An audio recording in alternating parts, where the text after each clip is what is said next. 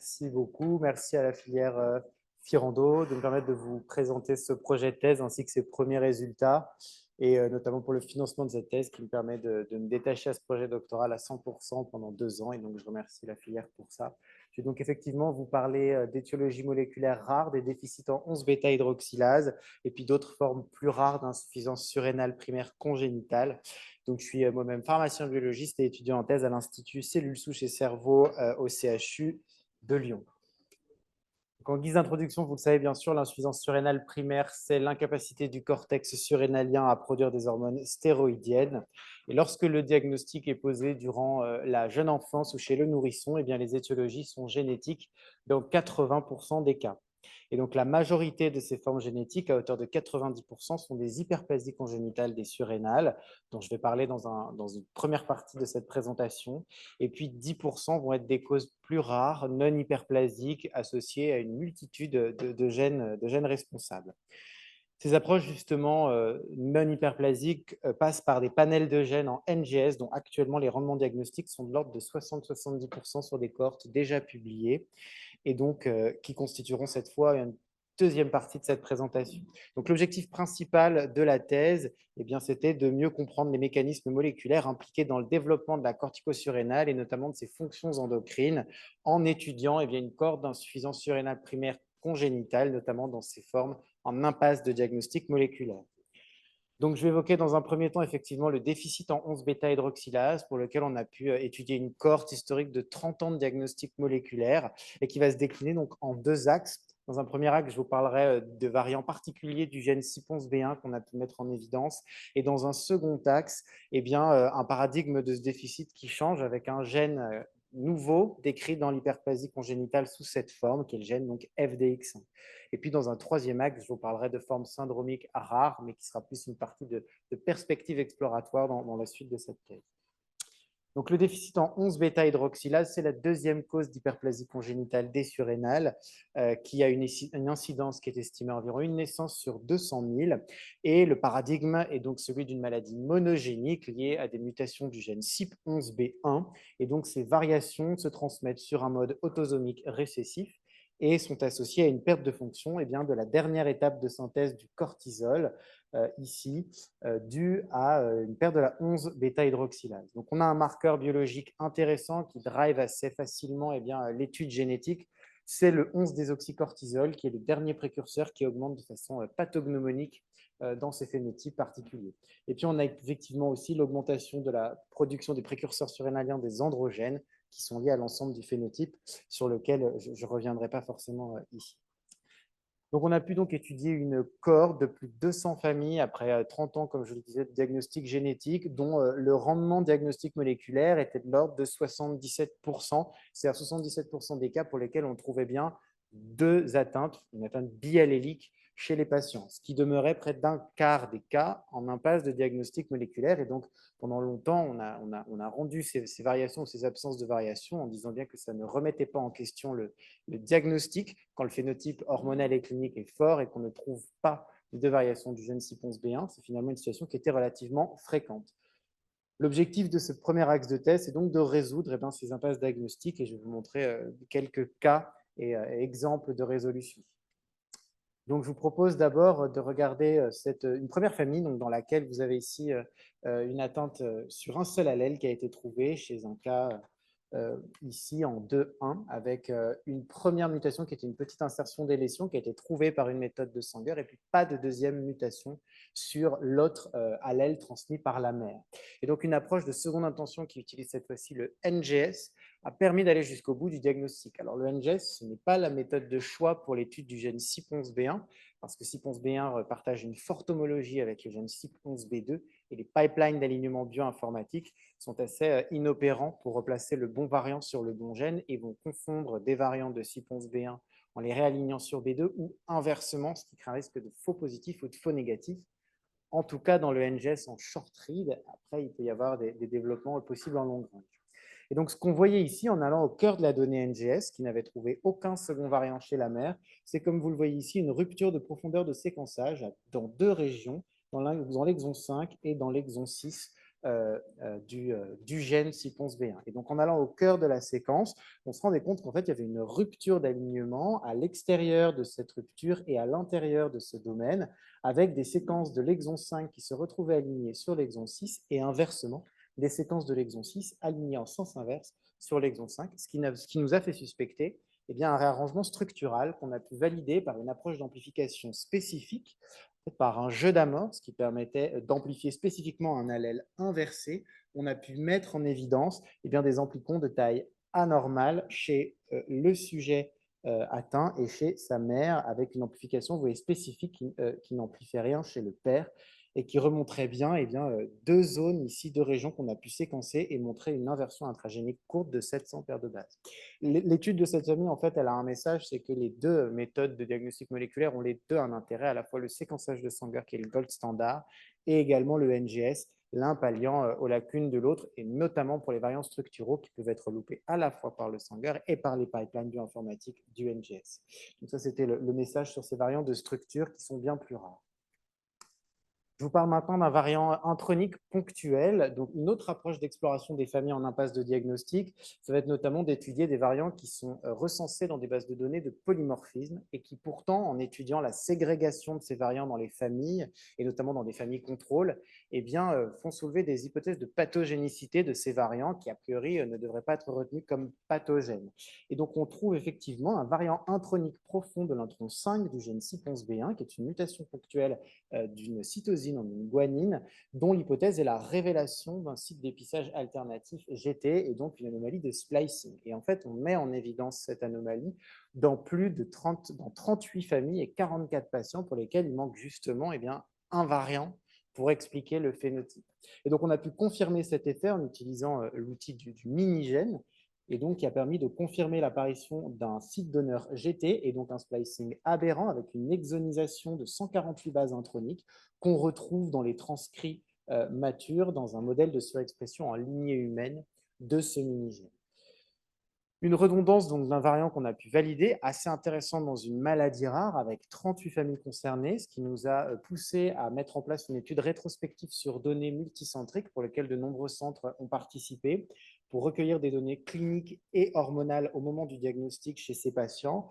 Et pour aller assez vite dans ces résultats, ce qu'on a pu mettre en évidence, c'est qu'effectivement, on a pu voir dans le groupe des homozygotes porteurs de cette variation intronique un phénotype hormonal moins sévère avec un 11-désoxycortisol qui était plus faible, une ACTH qui était plus faible quand on la comparait, notamment au groupe 3 ici, qui étaient des patients qui étaient porteurs d'autres variants homozygotes sévères, décrits dans la littérature comme sévères, à type de faux sens ou de variant tronquant. Donc, on met en évidence ici un variant qui semble avoir une sévérité hormonale moindre. Et quand on regardait certains paramètres cliniques comme l'apparition d'une hypertension artérielle précoce, cette fois, c'était homogène entre le groupe 1 et le groupe 3. En revanche, ce qu'on voit, c'est un âge d'apparition des signes pubertaires périphériques plus tardif chez les porteurs homozygotes de ce variant intronique, ainsi qu'une grande hétérogénéité du niveau de virilisation à la naissance des sujets 46XX. Au total, cette étude nous met en évidence le variant qui s'avère être le plus fréquent chez les patients d'origine caucasienne, associé à un phénotype hormonal de moindre sévérité. Et l'emphase qu'on voudrait mettre ici, c'est l'importance de l'échange, bien sûr, entre les biologistes et les cliniciens, de manière à pouvoir concaténer des données et prodiguer le meilleur conseil génétique quant à la mise en évidence de ce genre de variant. À présent, je vais vous parler donc d'un autre mécanisme innovant et je vous présente ici la synthèse de deux patients issus qui sont nés garçons 46XY de deux familles consanguines suivis dans deux centres différents avec une histoire familiale, une histoire personnelle assez parallèle. Donc, ce sont deux enfants qui ont présenté des épisodes d'hypocalcémie très jeunes, parfois sévères, résistantes au traitement conventionnel et qui ont permis de diagnostiquer des rachitismes résistants à la vitamine D, avec un phénotype avec des PTH élevés, une hypocalcémie avec une réserve de vitamine D normale et des 1,25 vitamine D qui étaient diminués. Et puis plus tard, leur histoire clinique continuait à peu près dans le même range chronologiquement, avec l'apparition d'une puberté périphérique qui a permis de mettre en évidence un diagnostic de déficit en 11 bêta-hydroxylase avec des marqueurs pathognomoniques élevés, le 11-désoxycortisol et la 17-hydroxyprogestérone. Aucun variant n'a été trouvé sur le gène CYP11B1, ni non plus des gènes associés à ce rachitisme résistant à la vitamine D. En revanche, une approche par panel de gènes candidats a mis en évidence un variant à l'état homozygote chez les deux patients, le même, dans le gène FDX1, et qui nous a permis de soulever une hypothèse nouvelle de mécanisme dans ce déficit. Donc, quel est-il ce mécanisme? Eh bien, FDX1 est un gène qui code pour une protéine mitochondriale, l'adrénodoxine, ici FDX, qui est le partenaire d'oxydoréduction à la fois exclusif et nécessaire des cytochromes mitochondriaux de type 1, notamment ceux de la stéroïdogénèse, à savoir notamment CYP11A1 qui régit la première étape de conversion du cholestérol en prégnénolone, CYP11B1 dans la zone fasciculée pour la dernière étape de synthèse du cortisol et CYP11B2 dans la zone glomérulée. Donc, on pourrait supposer qu'une perte de fonction d'FDX1 pourrait avoir en fait un impact multisystémique, à la fois sur les cytochromes de la stéroïdogénèse, mais aussi sur d'autres cytochromes, d'autres voies métaboliques. Effectivement, des cytochromes mitochondriaux de type 1, on en retrouve bien dans le métabolisme de la vitamine D, pour lequel on a ici un phénotype, mais aussi le métabolisme des acides biliaires et des rétinoïdes, où là, pour le coup, on n'avait pas de phénotype chez nos deux patients. Ici, il est peu vraisemblable que nos patients aient un déficit complet de toutes ces étapes de conversion enzymatique, puisque des sujets 46XY qui ont un développement parfaitement normaux des organes génitaux externes ne soutient pas le déficit en CYP11A1. En revanche, un impact cytochrome spécifique pourrait expliquer bien à la fois les phénotypes d'hypocalcémie et la puberté périphérique par déficit en 11-bêta-hydroxylase. Et donc, c'était notre hypothèse qui a été le cœur de nombreuses manipes de thèse qui ont été entamées par une postdoctorante en collaboration avec l'équipe du GRED à l'Université Clermont-Auvergne. On a été capable, dans un premier temps, de regarder l'expression ex vivo dans des fibroblastes de ce gène FDX1. Et ce qu'on montre, c'est que chez le sujet donc homozygote pour la variation, il y a une baisse forte de l'expression de la protéine, avec néanmoins un maintien à bas bruit de cette protéine donc mutée, porteuse de ce faux sens H116Y. En revanche, une expression qui était relativement maintenue chez la mère par rapport au contrôle et un niveau transcriptionnel normal, sans différence dans les trois situations. Donc ici, ce qu'on a mis en évidence, c'est éventuellement notre hypothèse qu'il y aurait une expression qui pourrait être maintenue et à minima fonctionnelle de cette adrénodoxine in vivo. Et donc pour ça, on a voulu passer à une étape de validation in vitro pour regarder l'impact sur les différents cytochromes stéroïdogènes de cette forme mutée de FDX. Donc le modèle est le suivant. On a opté pour un modèle de surexpression des cytochromes et de leurs partenaires d'oxydoréduction dans un modèle cellulaire de COS1 non stéroïdogène. Et après expression de ces différents facteurs, nous avons incubé des substrats spécifiques de chacune des enzymes et ensuite dosé les produits spécifiques sur des surnageants de culture par une approche de dosage en LC-MS-MS. Quand on regarde l'impact sur CYP11B1 de la coexpression avec une hydronodoxine mutée, eh bien vous le voyez, il y a une chute drastique de la capacité de synthèse de cortisol, qui est équivalent au contrôle négatif, qui s'explique par un niveau relatif d'expression endogène de l'adrénodoxine, faible néanmoins existant dans les COS1. Et ce qu'on voit également, c'est une perte de l'expression de la protéine mutée qui, vous le voyez ici, n'est pas maintenue en expression, tout comme vous le voyez en parallèle, la réductase, le troisième partenaire d'oxydoréduction.